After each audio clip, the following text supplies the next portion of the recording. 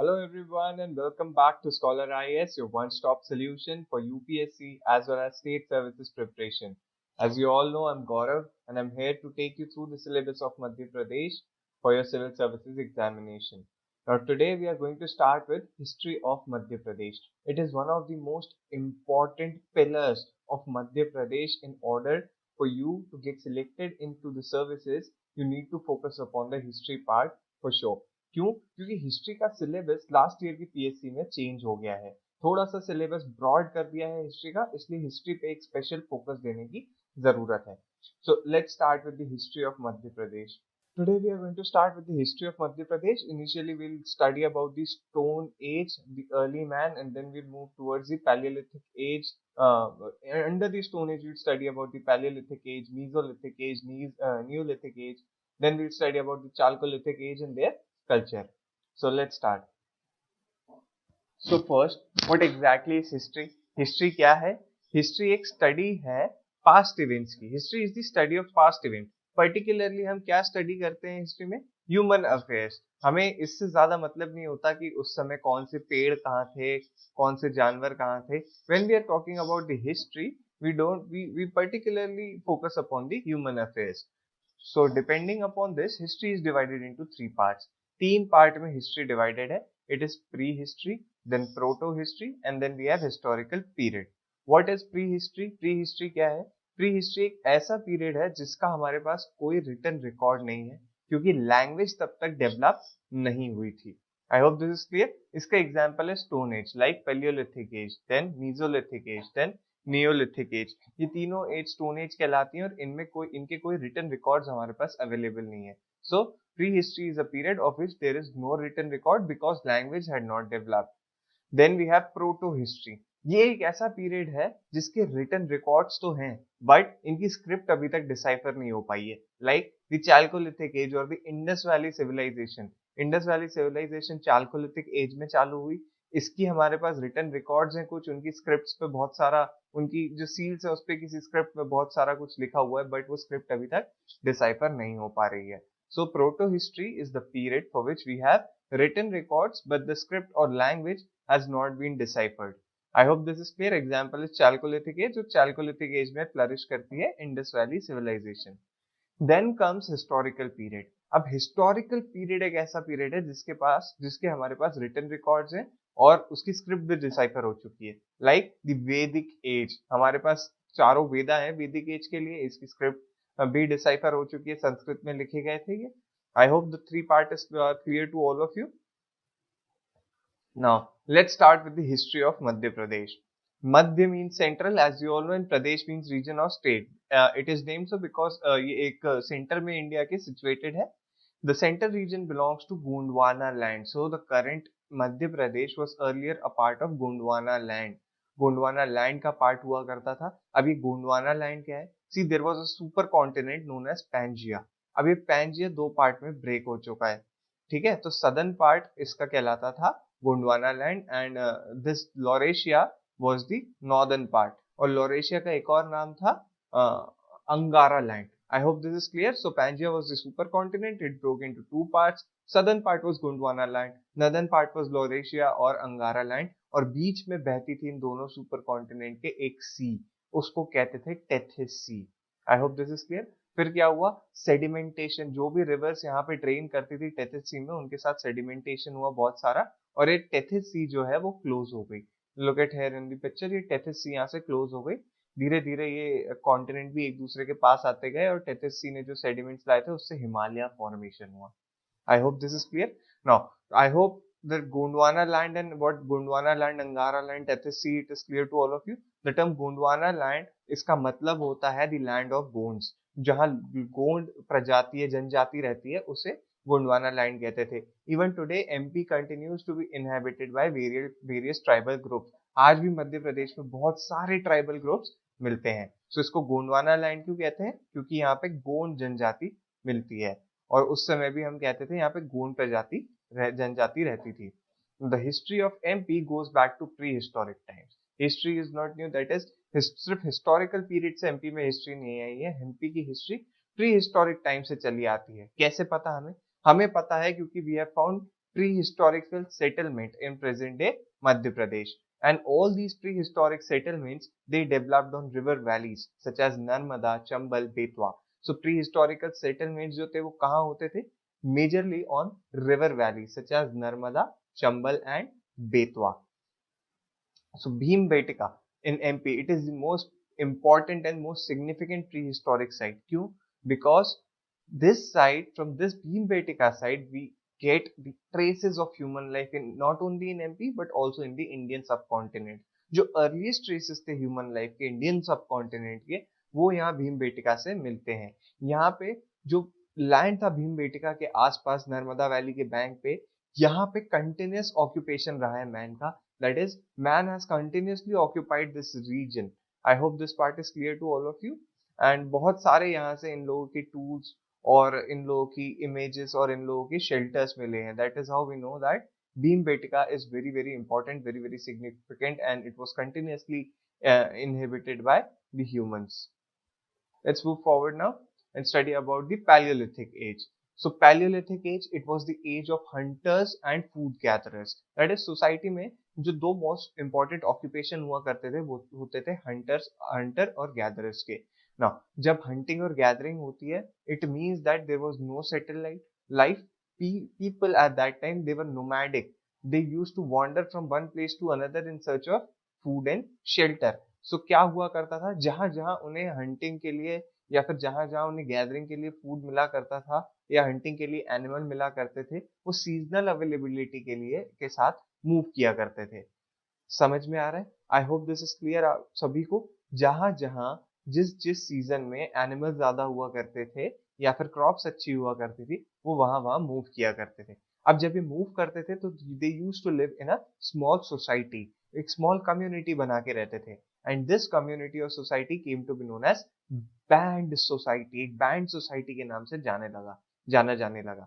This band comprised of less than 100 people. 100 से कम लोग हुआ करते थे. Now, the Paleolithic age itself, we see the three different kinds of stone tools were used. The most important archaeological evidence to trace the history of Paleolithic age is the tools that were used by these hunters and gatherers. जो बहुत ही एक important evidence है हमारे पास, एक proof है कि ये लोग क्या चीजें यूज किया करते थे, वो है tools. क्योंकि सोसाइटी बहुत ज्यादा डेवलप नहीं थी. So the only important sources, the tools that were used by Paleolithic people. कौन कौन से टूल हुआ करते थे? ये होते थे कोर टूल, फ्लेक टूल और तीसरे होते थे flint. I hope this is clear. So what is meant by core tool and flake tool? अगर एक बहुत बड़े पत्थर को आप छोटे पार्ट्स में तोड़ देंगे तो उसका जो बहुत बड़ा पार्ट होगा वो होता था core tool. That is, if you break a hard rock, a big rock into pieces, the largest piece was called core tool and the smaller fragments, they were known as flake tools. I hope this is clear. So the tool made out of core, जो सबसे बड़ा part बच जाता था तोड़ने के बाद, उसको उससे जो टूल बनते थे, they were called core tools, and the tools made out of flakes, they were known as flake tools. Now the Paleolithic age के कुछ एग्जाम्पल्स हैं जो यहाँ से टूल्स मिलते थे. कोर टूल्स के एग्जाम्पल है हैंड एक्स, क्लीवर्स, चॉपर्स, और फ्लेक टूल्स के एग्जाम्पल थे blade, points, borers and scrapers. Now the main sites from which we have recovered these evidences are the river valleys of Chambal, Narmada, Sonar. What is Sonar? Sonar is the ancient name of river Son. Then we have Parvati, Betwa, Hiran and Wainganga. यहाँ इन जगहों से, इन river bank से Palaeolithic as के हमें tools मिलते हैं. और सबसे एक इम्पॉर्टेंट फैक्ट बुक्स में दिया हुआ है हथनोरा विलेज का.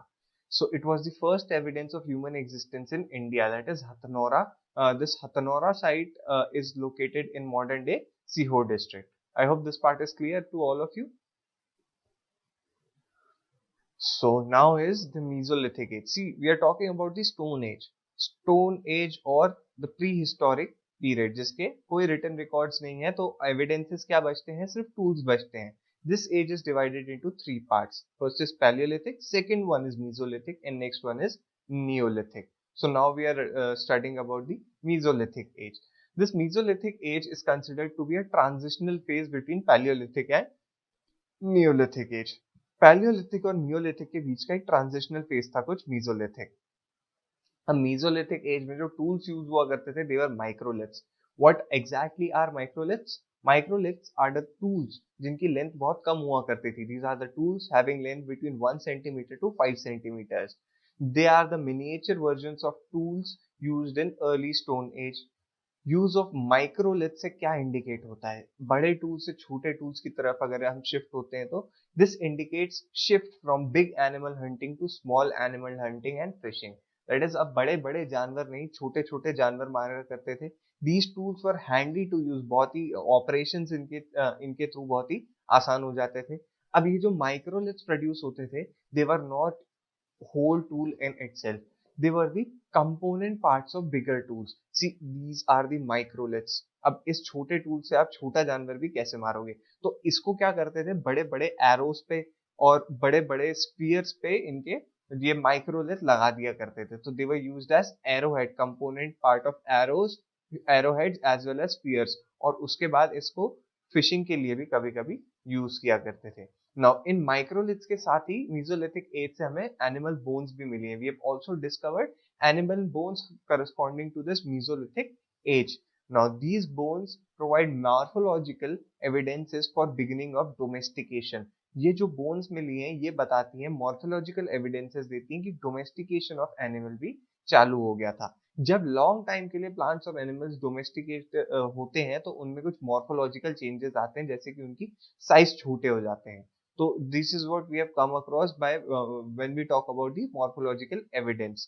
Now, क्या क्या इंडिकेट करता है ये domestication? Why they started domesticating animals? See, they were hunters and gatherers initially, so they started domesticating animals so that कभी भी भूख लगे तो उनको एक इनिशियली उनको थोड़ा सा उन्हीं को यूज करके मार के खा लिया जाए. तो इनिशियली उनको अपनी और एनिमल्स की नीड्स पूरी करने के लिए, कि अगर एनिमल को डोमेस्टिकेट करना है तो उनको भी खिलाना पड़ेगा, तो ये नीड्स फुलफिल करने के लिए इन्हें एग्रीकल्चर प्रैक्टिस करना चालू किया. अब एग्रीकल्चर थोड़ा बहुत तो हो जाता था, जिससे पेट भरता था उतना खुद यूटिलाइज करते थे, जो बच जाता था थोड़ा बहुत एनिमल खा लेता था. जब एग्रीकल्चर डाउन हो जाता था तो animals were used as food. I hope this is clear. So जब हमने डोमेस्टिकेशन देखा तो हमें पता था कि अब उन्हें अपने एनिमल्स को भी फीड करना होता था. So we have also found evidences of horticulture and primitive cultivation. Apart from that this indicates a tendency for a settled life. जब भी एग्रीकल्चर प्रैक्टिस होता है ना तो एक सेटल्ड लाइफ जीने चालू करने लगते हैं, क्योंकि they can not abandon their agricultural land. As well as we now know that they started domesticating animals as well. अब एनिमल्स के लिए भी हंटिंग करने के लिए ज्यादा दूर तक नहीं जाना पड़ता था. I hope this is clear. So mesolithic age की एक बहुत ही ज्यादा इंपॉर्टेंट साइट है, that is Adamgarh hills. It is one of the most important site of mesolithic age. It is a prehistoric rock shelters, and we have also come across various paintings corresponding to this Mesolithic age from this Adamgarh site. Stone artifacts भी यहाँ से मिले हैं lower Paleolithic और Mesolithic age के. और apart from that, other sites corresponding to this Mesolithic age are Nimar region, that is Khandwa Khargone region, then Shahdol, Mandsaur, Hoshangabad, Rewa, Sehore, Ujjain, Mandla, Chhatarpur, Chhindwara. यहाँ सब जगह से मीजोलिथिक टूल्स थोड़े थोड़े मिले हैं, और हॉर्टिकल्चर और डोमेस्टिकेशन ऑफ एनिमल्स के भी थोड़े थोड़े प्रूफ्स मिले हैं. Let's move forward now. Next is very important, the Neolithic age. This age is also known as Neolithic Revolution. इस एज को एक रेवोल्यूशन बोलते हैं. क्यों? Let's talk about it. Agriculture or domestication of plants was the most important feature of Neolithic period. अब इनने totally agriculture और domestication पे डिपेंडेंट सोसाइटी बन गई. डोमेस्टिकेशन ऑफ प्लांट्स और लेबर जब होना चालू हुआ, so we saw the emergence of division of labour based upon the sex. That is, जब भी हम बात करेंगे हंटिंग और गैदरिंग की और डोमेस्टिकेशन की, तो जो हाउस होल्ड वर्क था वो फीमेल्स ने ले लिया, और जो बाहर का थोड़ा काम हुआ करता था वो मेल्स ने ले लिया. This is what the sexual division of labour was. Apart from that कुछ कुछ पार्ट में अभी भी नियोलिथिक एज में पूरा रेवोल्यूशन एक साथ हर जगह नहीं आया था. कहीं कहीं पार्ट में अभी भी हंटिंग और गैदरिंग हो रही थी. तो हंटिंग जो थे वो मेल करते थे और गैदरिंग वाला पार्ट जो था वो फीमेल करती थी. So this is what is meant by division of labour based upon sex. Gradually there was more and more food production. अब ये नियोलिथिक एज में आ गए तो ये फूड प्रोडक्शन में प्रोफिशिएंट हो गई सोसाइटी, तो फूड प्रोडक्शन बढ़ गया. सो जैसे हम सरप्लस फूड प्रोड्यूस करने लगी society, so lots and lots of people they got free time, and in free time they started taking up other activities than food production. What are these other activities? These are the activities like pottery making. तो लोग pottery बनाने लगे क्योंकि अब काम थोड़ा कम होता था, फूड तो मिल ही रहा था, तो ये लोग पॉटरी बनाने लगे। अब इस क्राफ्ट को बहुत अच्छा करते लगे।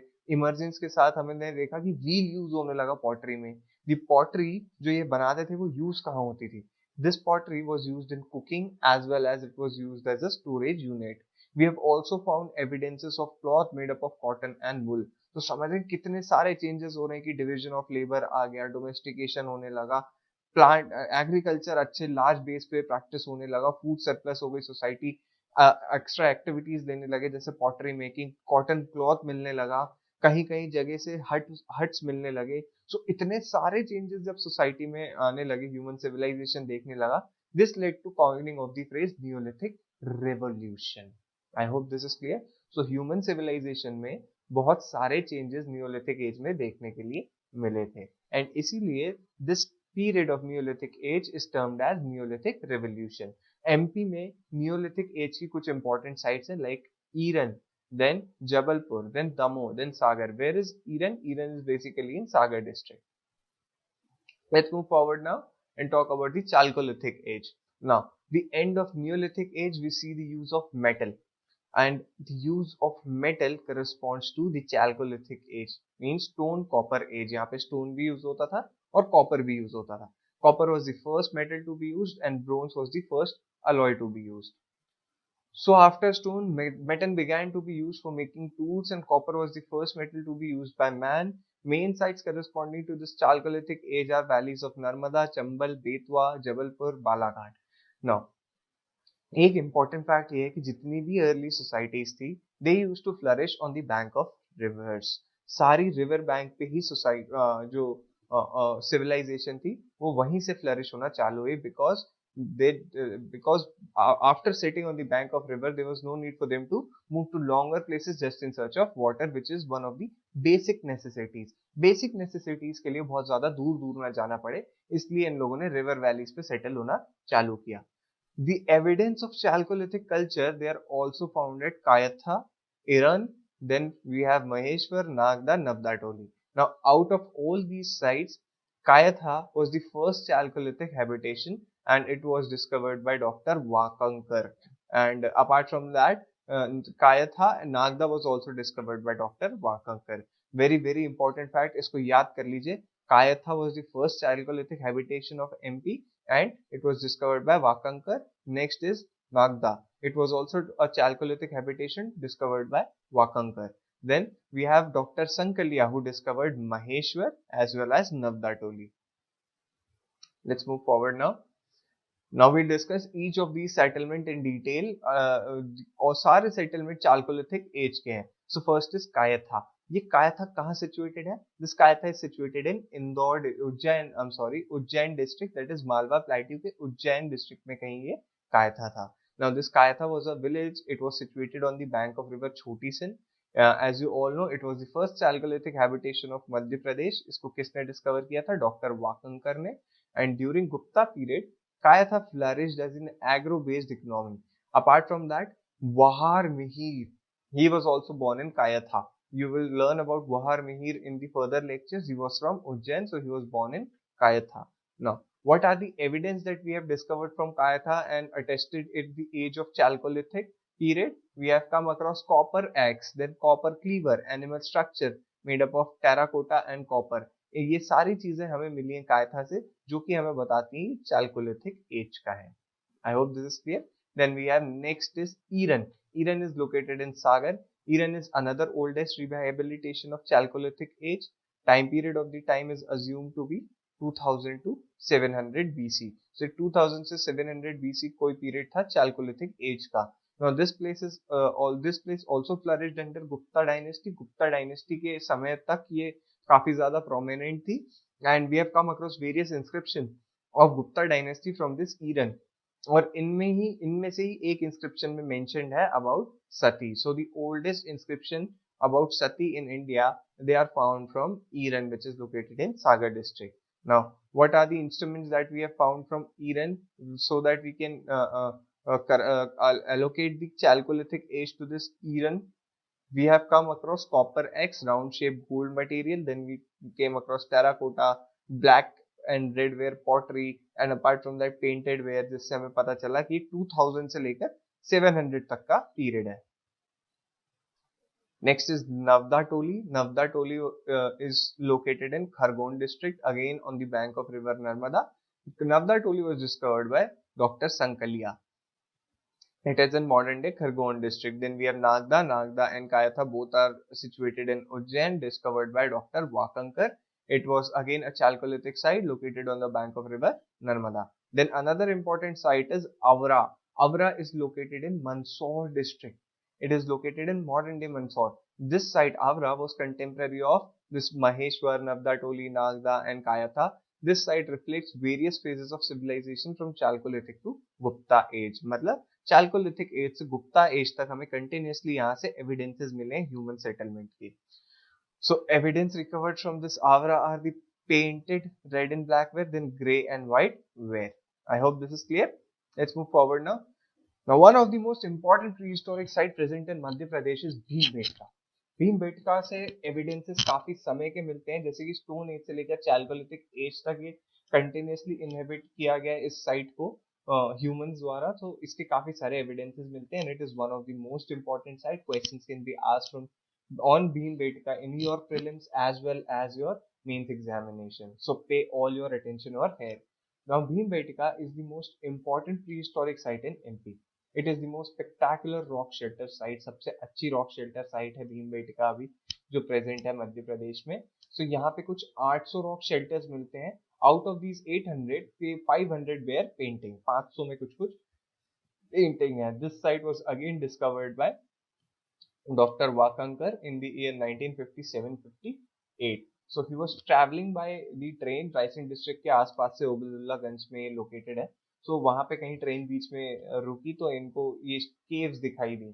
तो ये वापस आके इनने केव्स देखी तो वो भीमबेटका निकली. So remember the name. Dr. Wakankar was the one who discovered this Bhimbetka. It is located 40 kilometers from Bhopal in Raisen district of MP. It is located inside Ratapani Wildlife Sanctuary. Very, very important. It is the only wildlife sanctuary to be under the Project Tiger. Now let's talk about the significance of this Bhimbetka. Now this Bhimbetka is significant because it is a UNESCO World Heritage Site. This was declared a World Heritage Site in the year 2003. Bhimbetka में है क्या exactly? The Bhimbetka has rock shelters. They are the example of Paleolithic age, exhibiting early traces of human life on Indian subcontinent. जो traces है human life के, जो earliest traces है वो भीमबेटका से मिलते हैं. It provides us the continuous history of man from Paleolithic to historical period. वहां तक की पूरी हिस्ट्री हमें बताते हैं. इस केव्स में बहुत सारी ड्राइंग्स और पेंटिंग्स मिली हैं which can be classified under 7 different periods including the Paleolithic, Mesolithic, Chalcolithic, early history, medieval, सब जगह की. Then the prehistoric paintings, they basically helps us in understanding the human being and their early lifestyle, what their activities were during the Stone Age, and also their mind, that is what they thought. क्या सोचते थे, जो सोचते थे उसी की painting बनाया करते थे. Then there are various colors that were also used in these paintings. These colors have endured over the time. आज भी ये colors वैसे के वैसे ही हैं. And they were generally wall के अंदर तक बनाया करते थे, गुफाओं के अंदर. कलर्स, सारे कलर्स के साथ पेंटिंग्स. ना यहाँ पे बहुत सारी पेंटिंग्स मिलती हैं. द थीम ऑफ पेंटिंग हुआ क्या करती थी, basically what was the theme of these paintings that early man Drew. The theme of the paintings include humans and animals figure. Human और एनिमल की कुछ फिगर्स मिला करते थे. देखिए स्टिक पेंटिंग कहलाती है, स्टिक बनी हुई है डंडियों टाइप की. सो इसकी थीम पे human figure, animal figure, human की activities like hunting activity, gathering, music, dancing, इस सब के बहुत सारे चित्र मिलते हैं. Then we also come across the geometric design symbol. Apart from that horse, elephant riders, then animal fighting, honey collection और अदर हाउस होल्ड सीन यहाँ पे डिपिक्ट किए गए हैं. Now vegetable colours were used and plant fibres were used as brush. जो भी आज भी हम पेंटिंग करते हैं तो उसमें कलर और ब्रश यूज करते हैं. So the early man at that time they used vegetable colours and they used brush that were made up of plant fibers. Amazingly, these colors have survived thousands of years of adverse weather conditions और ये आज तक वैसे ही intact है. I hope this is clear. Then the Paleolithic paintings of Bhimbetka. Paintings of Bhimbetka, paintings of dancing, hunting scenes, green are the dancers, red are the hunters. कुछ इस type का depiction है. सो क्या क्या मिलता है, पहले तो आप क्या बताएंगे पेंटिंग के बारे में. इसका कलर जो कि वेजिटेबल कलर्स यूज होते थे, प्लांट फाइबर का ब्रश यूज हुआ करता था. देन पेंटिंग्स के बारे में, यहाँ डांसिंग सीन डिपिक्टेड है, हंटिंग सीन डिपिक्टेड है. डांसिंग सीन्स ग्रीन में डिपिक्टेड है, हंटर्स जो थे उनको रेड में डिपिक्ट किया गया है, और स्टिक फिगर्स में एनिमल्स बनाए हुए हैं जैसे कि टाइगर, एलिफेंट, बाइसन, राइनो. फिर आती है मीजोलिथिक पेंटिंग. ये थोड़ी सी स्मॉलर इन साइज हुआ करती थी, जस्ट इनके टूल्स के बराबर. So hunting scenes predominated in this time as well. Since क्योंकि ये स्मॉलर साइज की क्यों हुआ करती थी, क्योंकि छोटे जानवर मारने लगे थे, अभी बहुत बड़े बड़े जानवरों को नहीं मारते थे, उसके टूल्स छोटे यूज करने लगे थे. Some paintings depict a sort of family life as well, क्योंकि थोड़ा सा एग्रीकल्चर चालू कर दिया था, थोड़ा बहुत डोमेस्टिकेशन चालू कर दिया था, तो सेटल लाइफ जीने लगे थे. And hand prints and finger prints were also found. तो हैंड और फिंगर्स से ये कुछ पेंटिंग बनाया करते थे. Then we come across chalcolithic paintings of Bhimbetka as well. Here the artists have used many different colors, though white and red are their favorite. कि अभी यहाँ बहुत सारे कलर यूज किए, बट मोस्टली जो पेंटिंग्स थी वो रेड और व्हाइट में ही मिली हैं, इसलिए हम कह सकते हैं कि रेड और व्हाइट इनके थोड़े से पसंदीदा कलर थे. White came from limestone, red came from hematite rock called गेरू. गेरू आज भी यूज होता है दिवालियों पे अपने गमले वमले पोतने के लिए, इससे लाल कलर आता था, और व्हाइट कलर लाइमस्टोन से आता था. ग्रीन कलर कैल्सिडोनी नाम के पत्थर से मिला करता था. Now it is interesting to note that at Bhimbetka there are as many as 20 layers of painting, one on top of another. ऐसी 20 लेयर मिली हैं, तो कंटिन्यूसली इससे पता चलता है कि ओवरराइट की गई हैं ये पेंटिंग्स, काफी समय तक इनहिबिटेड थी इंसानों द्वारा. I hope this is clear. So let's take a quick recap of what we have studied today. हमने पहले पढ़ा हिस्ट्री 3 पार्ट में डिवाइडेड है, prehistory, protohistory, then historical period.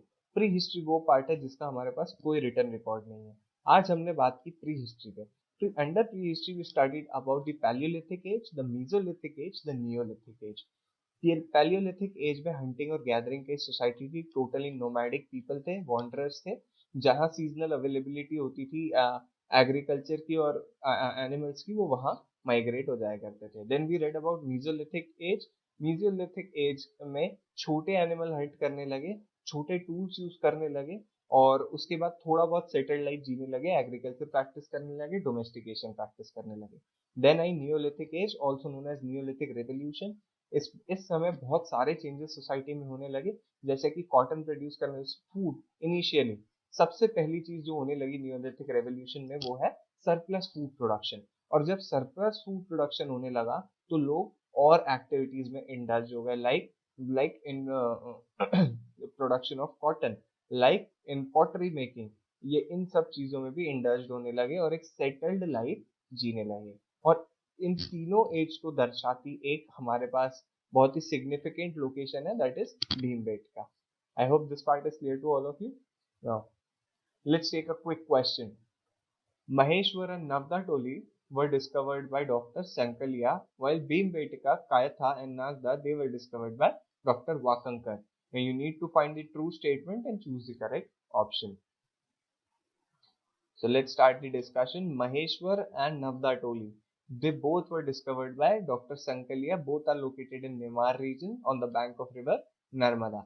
Apart from that, Bhimbetka, it is located in Raisen district in Ratapani Wildlife Sanctuary. Then Kayatha and Nagda both are situated in Ujjain, and they were discovered by Dr. Wakankar. So both these statements are true, and and C is the correct option. I hope everything is clear to all of you up till here. So that's all from my side for today. Thank you.